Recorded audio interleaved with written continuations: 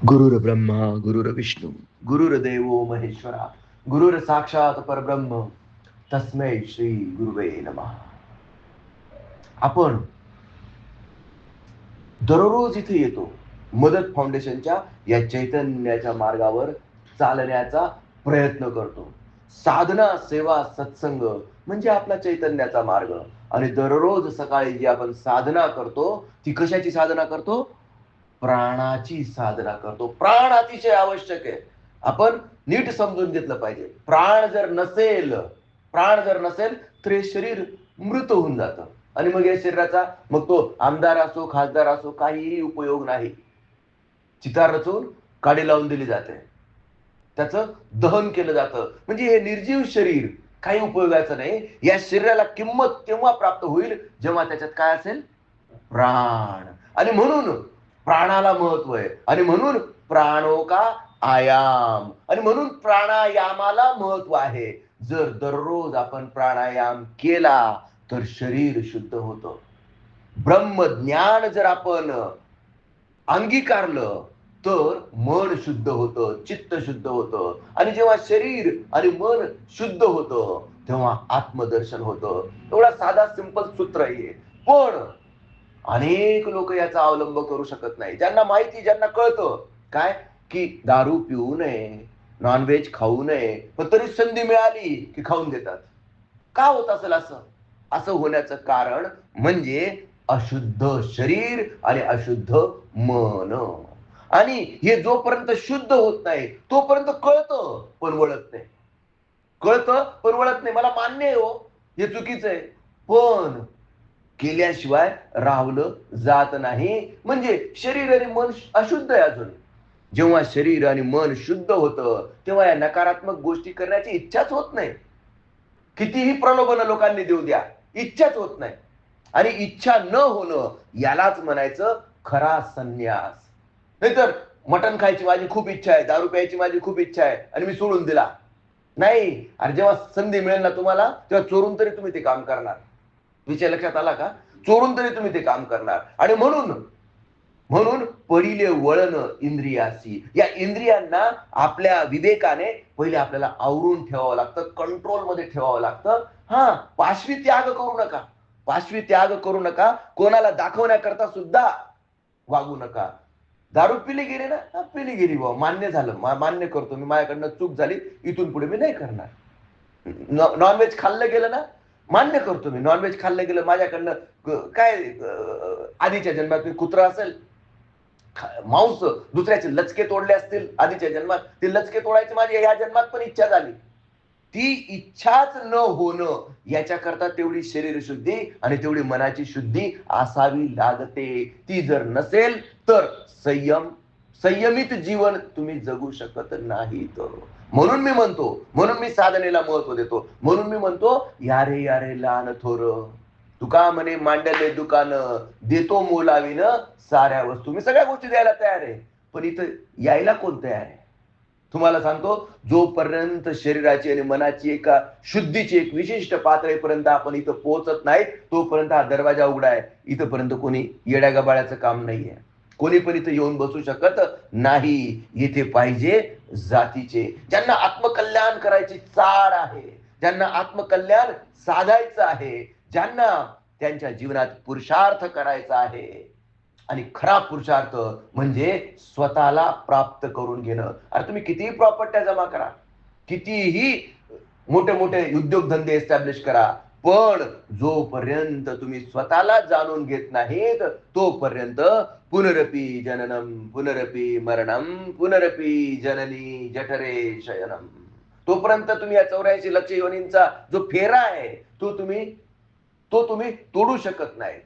आणि मग कधी कुत्र्याचा जन्म, कधी गाढवाचा जन्म, कधी माकडाचा जन्म, कधी म्हशीचा जन्म, कधी बैलाचा जन्म, आणि मग एक एक योनी कोटी कोटी फेरा, आणि मग कुठे नरदेहाचा वारा लागतो.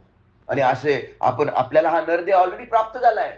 म्हणजे याचा अर्थ असा की या 84 लक्ष योनी फिरून आपल्याला हा नरदेह प्राप्त झालाय. आणि मनुष्य देहाची ज्ञाने सच्चिदानंद पदवी घेणे एवढा अधिकार नारायणे कृपा दृष्टे दिदला. आमदार बनण्याकरता हा मनुष्य जन्म नाही भेटलेला, डॉक्टर बनण्याकरता हा मनुष्य जन्म नाही भेटलेला, किंवा समाजसेवा करून या समाजाचं भलं करण्याकरता हा जन्म नाही भेटला. पहिले तुम्ही तुमचं बघा, पहिले स्वतःचं आत्मकल्याण साधून स्वतःला जाणून घ्या.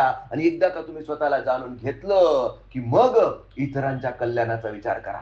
स्वतःचे डायपर ओले असताना दुसऱ्याचे काय पुसायला जाणार तुम्ही? विषय नीट समजून घ्या.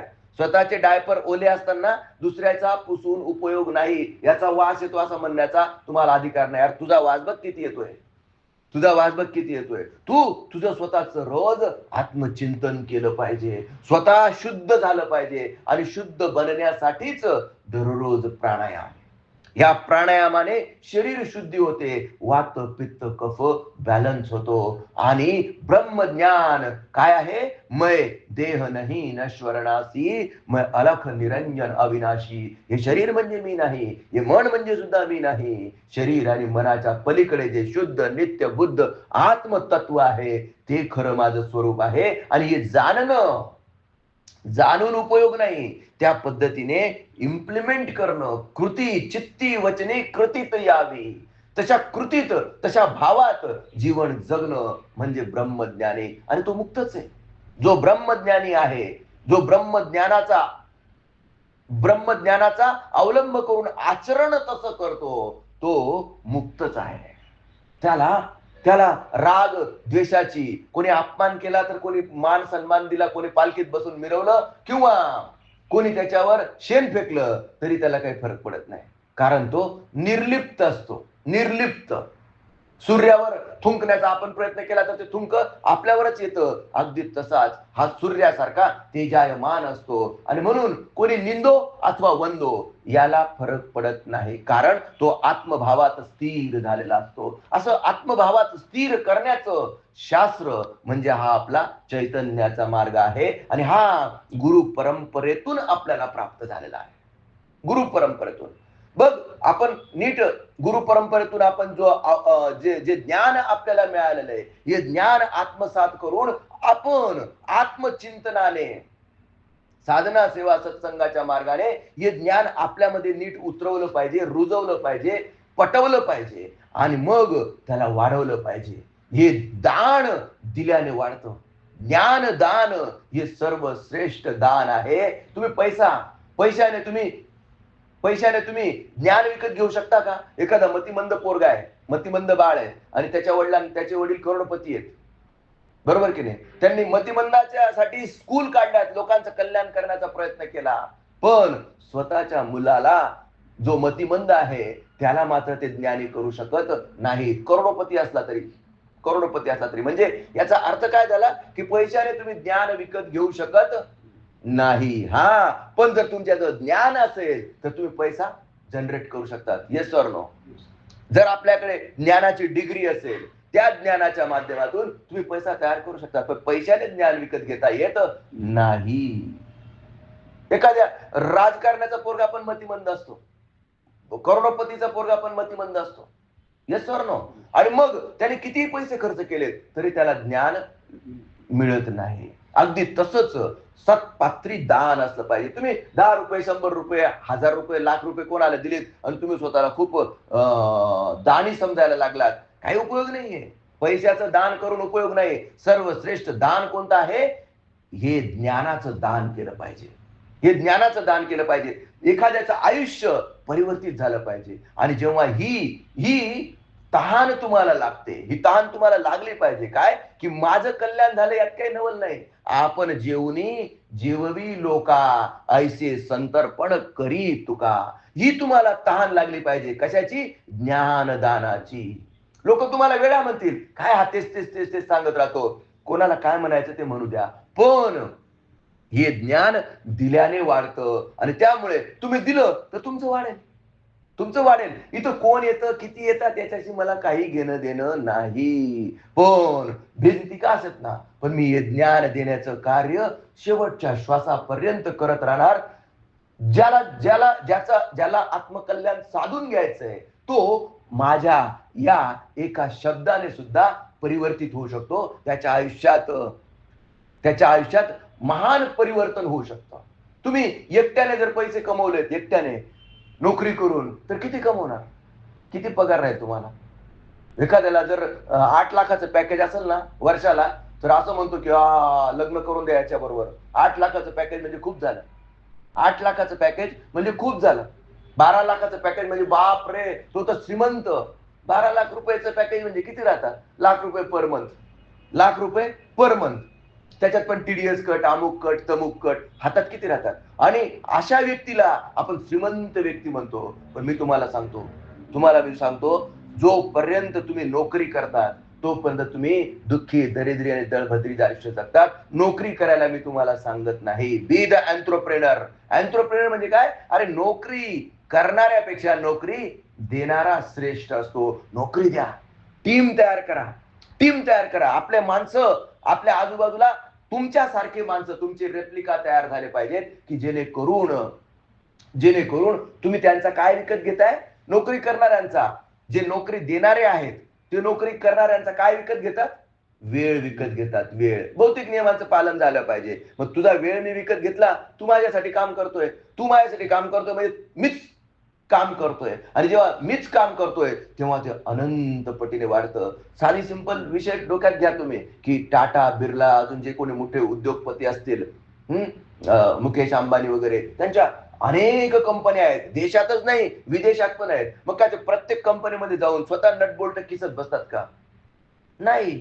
त्यांच्या ऐवजी त्यांनी नोकरीला ठेवलेले माणसं त्यांच्याकडे काम करतात. मग या माणसांकडून काम करून घेण्याची एक सिस्टीम असते, आणि ती सिस्टीम बसवणारा एंट्रप्रेनर असतो. Be the एंट्रप्रेनर. बी द एंट्रप्रेनर म्हणजे काय? तुम्ही ही सिस्टीम बसवा, माणसं तयार करा, आणि माणसं तयार करण्याचं शास्त्र, शिकवण्याचं हे शास्त्र आहे. लक्षात घ्या. माणसं तयार करता आली पाहिजेत. आपल्यासारखी माणसं तयार करता आली पाहिजेत. शिवाजी महाराजांनी माणसं तयार केलेत, मावळे तयार केलेत. जीव देणारा तानाजी मालुसरे, बाजी प्रभू देशपांडे, हे जर त्यांच्याजवळ नसते तर हे स्वराज्य उभं राहिलं असतं का? तुम्ही स्वतःच विचार करा.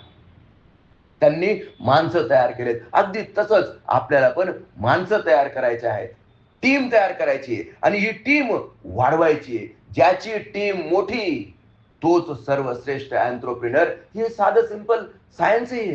हे सायन्स आहे. आणि जेवढा मोठा एंट्रप्रेनर, ज्याची जेवढी मोठी टीम, तेवढा त्याच्याकडे इन्कम जास्त. Yes or no? मग तुमचं भौतिक जीवन समृद्ध होणार की नाही होणार?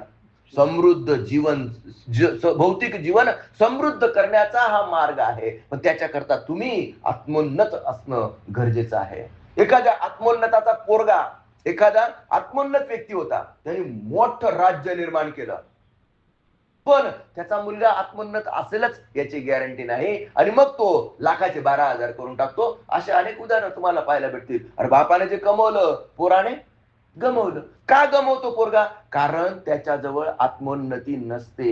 जी बापाजवळ आत्मोन्नती होती, बापाचा आत्मा जेवढा उन्नत होता तेवढा मुलाचा नव्हता, आणि म्हणून मुलाच्या आत्मोन्नतीसाठी बापाने प्रयत्न केला पाहिजे. आणि म्हणून हे ज्ञान पहिले बापाने आत्मसात केलं पाहिजे, आणि बापाने पुढच्या पिढीला, त्याच्या बायकोला, त्याच्या आजूबाजूच्या मित्रांना, त्याच्या बरोबर जे काम करतात सवंगड्यांना, मित्रांना, जेवढ्यांना देता येईल तेवढं देण्याचा प्रयत्न केला पाहिजे. कारण हे दिल्याने वाढतं. हे सर्वश्रेष्ठ दान आहे. पण मी तुला सांगतो राजू, काही लोक इतके कंजूस असतात, काही द्यायचं म्हटलं का अंगाला काटे येतात. द्यायचं नाहीच, द्यायचा विषयच घ्यायचा नाही. एका गावात असाच एक कंजूस होता, एकदम फेमस कंजूस होता. म्हणजे त्याच्याकडे गेलं ना की काही तुम्हाला मिळेल याची गॅरंटी नाही. त्याला पण त्याचा अभिमान होता की साला माझ्यासारखा कंजूस कोणीच नाही. मोठा शेट होता, माड्या बिड्या सगळं भरून ठेवलं होतं, पण एकदम मक्खी चूस होता, मक्खी चूस. ओके. आता त्याच्याकडे एक भिकारी आला, तो मागत होता, आणि ऑब्विसली भिकाऱ्याला काही द्यायचं नाही. कंजूस माणूस कसा काय कोणाला देईल? भिकाऱ्याला काही द्यायचं नाही, हा नियमच होता त्याचा. तो भिकारी म्हणे, काय तू तरी कमीत कमी नाही म्हटला म्हणे, तुझ्यापेक्षा डेंजर कंजूस त्या अमुक अमुक गावात आहे म्हणे, तुझ्यापेक्षा डेंजर कंजूस. आणि याचा इगो हटून गेला, माझ्यापेक्षा जास्त कंजूस. अरे मी इतका कंजूस आहे, तुला काही दिलं नाही, आणि माझ्यापेक्षा जास्त कंजूस तिकडच्या गावात तू बघितला, ऑटोमॅटिकली त्याच्या मनात इच्छा जागृत झाली की चला त्या माझ्यापेक्षा महान कंजूस कोण असेल, त्याला त्याला आपण जाऊन बघूनच यावं. जुनी कथा आहे. आणि त्याने मग आता कोणाला तरी भेटायला जायचं म्हणजे काय ते प्रघात असतो काय की भेटवस्तू घेऊन जायची. आता हा कंजूस भेटवस्तू काय द्यायची, भेटवस्तू काय द्यायची, तर त्याने एक जवळ पडलेला एक कागद होता, त्या कागदावर एक याचं चित्र काढलं. कशाचं? गाईचं. गाईचं चित्र काढलं आणि तो कागद घेऊन गेला आणि त्या दुसऱ्या कंजूसला भेटायला गेला. तर गावात पोचला आणि त्या माणसाचं नाव विचारलं की अमुक अमुक शेठ कुठे राहतात. तर पत्ता विचारतो, तिथं पोहोचला.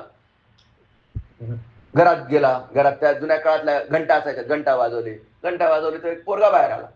पोरगा आला, त्याने बघितलं कोणीतरी अभ्यांगत म्हणजे माहित नसलेला माणूस. कोण तुम्ही, कोण पाहिजे तुम्हाला? म्हणे अमुक अमुक शेठ इथंच राहतात का? हो म्हणे, आहेत ना, इथंच राहतात. पण ते सध्या बाहेर गावाला गेलेले आहेत आणि 4-5 दिवस काही येणार नाहीत म्हणे. मग नाही, मी अमुक अमुक गावावरून आलेलो आहे आणि त्यांची भेट घ्यायला आलो होतो. मग आता अतिथीचं तर स्वागत करणं भाग असतं. आता कंजूसचा पोरगा कसा असेल? कंजूसच असेल, कंजूसच असेल. आता स्वागत करणं भाग आहे म्हणून त्याने दरवाजा उघडला, आत बोलवलं, बसवलं आणि असं असं होतं, सहज सदिच्छा भेट घेण्यासाठी मी आलो होतो, तुमचं खूप नाव ऐकलं होतं आणि नाव ऐकून मी आलो. तर आता ते तर नाहीयेत, पण ठीक आहे म्हणे, नंतर कधीतरी जेव्हा योग येईल त्यावेळेस आपण भेटूया, भेटेल मी पुन्हा.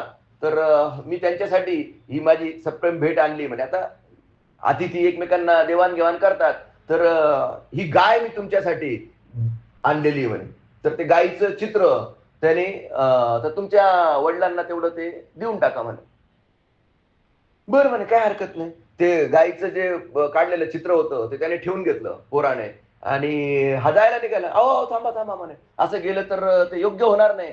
तुम्ही आमच्याकरता आमच्याकडे आलात एवढ्या लांबून आणि हे आमच्याकरता गाय आणली, तर आमच्याकडून पण तुम्ही काहीतरी सप्रेम भेट नेलं पाहिजे. तुमची झोळी पुढे करा म्हणे. हे आमच्या झाडाचे नवीन आलेला आंब्याचा मोहर आहे आणि आंब्याचे मोठे मोठे हे आंबे आलेले आहेत. तर हे आंबे तुम्ही घेऊन जा आणि असे आकाराने असे केलेत, हे आंबे तुम्हाला मी देत आहे. आकार केला असा, हे आंबे मी तुम्हाला देत आहे. प्रत्यक्ष फिजिकल आंबा दिला नाही, फक्त आकाराने आंबा दिला. कंजूसचा पोरगा कंजूस. त्याने पण मग ते आंबे घेतले आणि तो निघून गेला. आता 3-4 दिवस झालेत आणि 3-4 दिवसानंतर त्याचा बाप तो दुसऱ्या गावावरून आला आणि त्याने ते गायीचं चित्र पडलेलं बघितलं. त्याने विचारलं मुलाला, काय रे हे चित्र काय, कोणी आणले? तर अमुक अमुक गावावरून एक तुम्हाला भेटायला एक अभ्यांगत आला होता म्हणे, असं असं नाव आहे त्याचं. आणि तो तुम्ही तुम्ही जेव्हा परत येणार तेव्हा तो परत कधीतरी व्हिजिट करणार आहे म्हणे. तर आता तुम्हाला सदिच्छा भेट द्यायला आला होता म्हणे आणि सदिच्छा भेट होती म्हणून तोही आपल्याला गाय दान करून गेला, गाय देऊन गेला. मग मी त्यांचं व्यवस्थित स्वागत वगैरे केलं आणि नियमाप्रमाणे त्यांना अशा अशा पद्धतीने आपले आंबे त्यांना मी दिले, अशा अशा पद्धतीने आंबे दिलेत. आता रागावला ना त्याचा बाप, तू माझे लाखाचे 12,000 करायला बसलेला आहेस म्हणे, तू तुझ्यासारखा मूर्ख पोरगा कुठून मी जन्माला घातला, मला आता पस्तावा येतो म्हणे. एवढे मोठे मोठे आंबे कशाला दिलेत म्हणे, छोटे छोटे द्यायचेत ना. सांगायचा मुद्दा, कंजूसपणाचा कळस किती असावा, कंजूसपणाचा कळस किती असावा, असे पण उदाहरणं या जगात आहेत.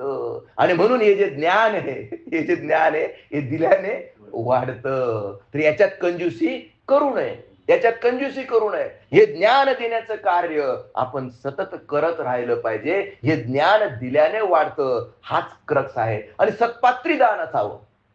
सत्पात्री दान म्हणजे काय की ज्याचं पात्र शुद्ध आहे, ज्याचं ऑलरेडी पात्र अशुद्ध आहे ते. पण एक सांगतो राजू, एक सांगतो, हे ब्रह्मबीज आहे. हे ब्रह्मज्ञान, हे ब्रह्म बीज आहे. तू खडकावर जरी टाकलं ना, या जन्मात नाही तर पुढच्या जन्मात नाही तर त्याच्या पुढच्या जन्मात ते उगवणार म्हणजे उगवणारच.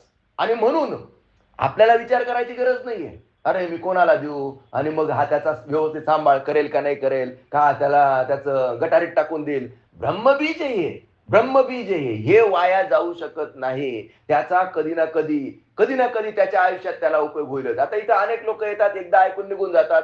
ठीक आहे, एकदा ऐकून सुद्धा त्यांनी आत्मसात का नाही केलं, त्यांना का नाही पटलं, त्यांचं त्यांना माहिती. कारण कारण माझ्या सद्गुरूची इच्छा नाही. माझ्या सद्गुरूची जेव्हा इच्छा होईल तेव्हा त्यांच्यात ऑटोमॅटिक हा ब्रह्मबीजाचा अंकुर फुटल्याशिवाय राहणार नाही. आज तुम्ही पेरा, उद्या उगवणार. जर जमीन भुसभुशीत असेल तर डेफिनेटली लवकरच तुम्हाला पीक उगवलेलं दिसेल. पण जमीन अशुद्ध असेल, जमीन खडकाळ असेल तर तिथं उगवू शकत नाही. हा, आत्ता उगवणार नाही, पण हे ब्रह्मबीज आहे, हे ब्रह्मबीज आहे. खडकावर जरी पडलं तरी पिंपळ कसा उगवतो खडकावर सुद्धा, अगदी तसं हे ब्रह्मबीज आहे. खडकावर सुद्धा एक ना एक दिवस उगवल्याशिवाय राहणार नाही. आणि म्हणून मी तुम्हाला सगळ्यांना सांगतो की हे दिल्याने वाढतं. तुम्ही देऊन मोकळे व्हा. माझ्या सद्गुरूने मला फुकट दिलंय, माझ्या सद्गुरूने मला फुकट दिलंय, मी पण तुम्हाला फुकटच देतोय. पण एक लक्षात घ्या, इथं देणारा मी नाही, तो माझे सद्गुरू माझ्या या मुखातून माझ्या धन्याचा हा माल, फोडिले भांडार माझ्या धन्याचा हा माल, येथे मी हमाल भारवाही. माझ्या सद्गुरूने मला माझ्या जीवनात अमूलाग्र बदल घडवून आणला. माझ्या भौतिक जीवनात समृद्धी प्राप्त झाली, मानसिक जीवनात शांतता प्राप्त झाली आणि आध्यात्मिक जीवनात अखंड आनंदाचा झराच माझ्या आयुष्यात माझ्या सद्गुरूने निर्माण केला. ही माझ्या सद्गुरू रायांची माझ्यावरची कृपा. आणि ही कृपा मी फक्त माझ्या पुरतीच मर्यादित ठेवली तर मी पाप करतोय असं मला वाटतं. आणि म्हणून हे मी देण्याचा प्रयत्न करतोय माझ्या पद्धतीने. हो, डेफिनेटली माझ्या सद्गुरू रायांची पद्धत वेगळी होती. ते कीर्तनाच्या माध्यमातून हे ज्ञान देत होते. मला कीर्तन करता येत नाही, माझ्याकडे तशी टीम नाही, माझ्याकडे ते पखवाज नाही, ते मला वाजवता येत नाही, मला त्याचं ज्ञान नाही. मग मी काय करायचं?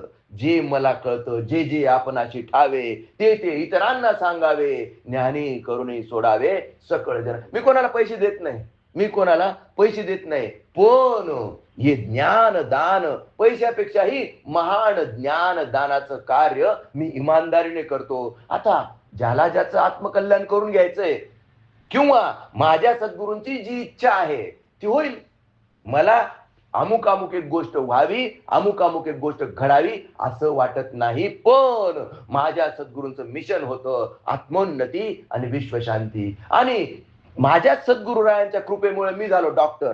म्हणून मी काय म्हणतो, आरोग्यासाठी मी भौतिक जीवनात माझं कार्य करतो, आत्मोन्नतीसाठी माझ्या सद्गुरूने दिलेल्या ज्ञानदानाचं मी कार्य करतो. आणि या दोन गोष्टी जर झाल्यात, जर तुम्हाला आरोग्य प्राप्त झालं आणि जर तुम्ही आत्मोन्नत असाल तर तो ऑटोमॅटिकली विश्वशांतीचं जे लक्ष्य आहे, विश्वशांतीचं जे ध्येय आहे माझ्या सद्गुरूंचं, ते पूर्ण झाल्याशिवाय राहणार नाही. आणि म्हणूनच इमानदारीने आपण सर्वांनी मिळून या कार्याला पुढे नेणं अपेक्षित आहे. आपल्या सद्गुरू परंपरेचा आशीर्वाद आपल्याला लाभलेला आहे. निश्चितच आपली टीम मोठी होणार आणि या टीमच्या माध्यमातून महान कर्तृत्व उदयास येणार. महान कर्तृत्वातून महान राष्ट्र, कर्तृत्व निर्माण से, चरित्र निर्माण से, राष्ट्र निर्माण की ओर बल सागर भारत हो, विश्वात शोभुनी राहो. हे नुसतं तोंडाने बडबडायचं नाही. याच्याकरता या ज्ञानाला आत्मसात करून या ज्ञानाच्या प्रचार आणि प्रसारासाठी आपण सज्ज झालं पाहिजे. श्री गुरुदेव दत्त.